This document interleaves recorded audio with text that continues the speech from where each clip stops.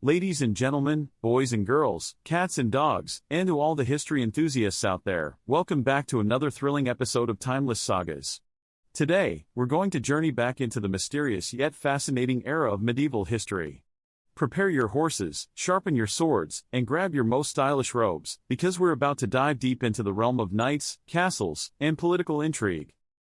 Now, when we think of medieval history, images of chivalrous knights, magnificent castles, and jousting tournaments often come to mind. But let's not forget the heart and soul of this period, the people.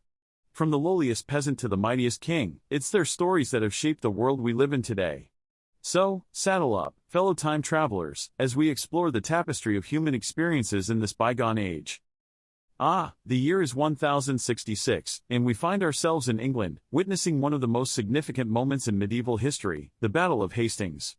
King Harold II, the last Anglo-Saxon king of England, is facing off against the ambitious Duke William of Normandy, who believes he has a rightful claim to the English throne. Spoiler alert, things don't end well for poor Harold, who gets an arrow in the eye, ouch. With his death, William the Conqueror emerges victorious, establishing a new royal dynasty and forever changing the course of English history. With the Normans in charge, we also see the construction of some of the most iconic castles in the British Isles. These massive stone fortresses weren't just for show, folks. They played a crucial role in maintaining control over the newly conquered lands. For example, the Tower of London was built to keep an eye on the city and its inhabitants, making sure they didn't get any funny ideas about rebelling against their new Norman overlords. But let's not forget the people who actually lived in these castles, the noble families. And when it comes to nobility, no one could quite match the extravagance of the Plantagenets, a royal house that ruled England from 1154 to 1485. These guys had a flair for drama, with a family tree riddled with scandal, betrayal, and even the occasional murder.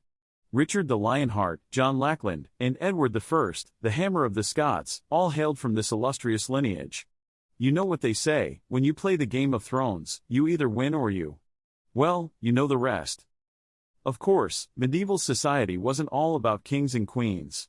Let's take a stroll through a medieval town, shall we?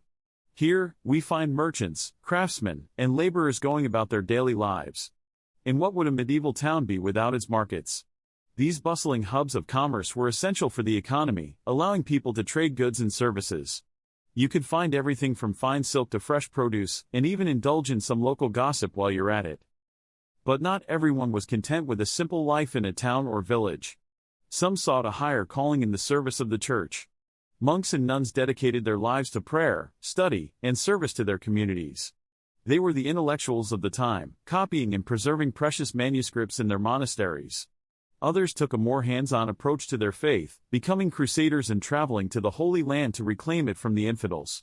The Crusades, a series of religious wars that spanned centuries and led to countless deaths and untold suffering on both sides. But hey, at least we got some great stories out of it, right? And speaking of stories, let's talk about the rich literary tradition of the medieval period. Epic poems like Beowulf, the chivalric tales of King Arthur and his Knights of the Round Table, and the tragic love story of Tristan and Isolde all captivated audiences during this time. These works not only entertained, but also served as moral compasses for their readers, teaching them the values of courage, honor, and loyalty. Now, I know what you're thinking, this all sounds great, but what about the ordinary folks, the peasants? Well, life for the peasantry was no walk in the park, that's for sure. They toiled tirelessly in the fields, eking out a meager existence while paying taxes to their lords.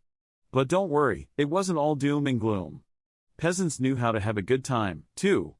They celebrated holidays and festivals with feasting, dancing, and games. And who could forget the timeless tradition of the medieval fair, where people from all walks of life came together to trade, gossip, and enjoy some much-needed merriment. But alas, even in the midst of all this revelry, the specter of death loomed large over the medieval world. The Black Death, a devastating pandemic that swept through Europe in the 14th century, wiped out an estimated 75 to 200 million people.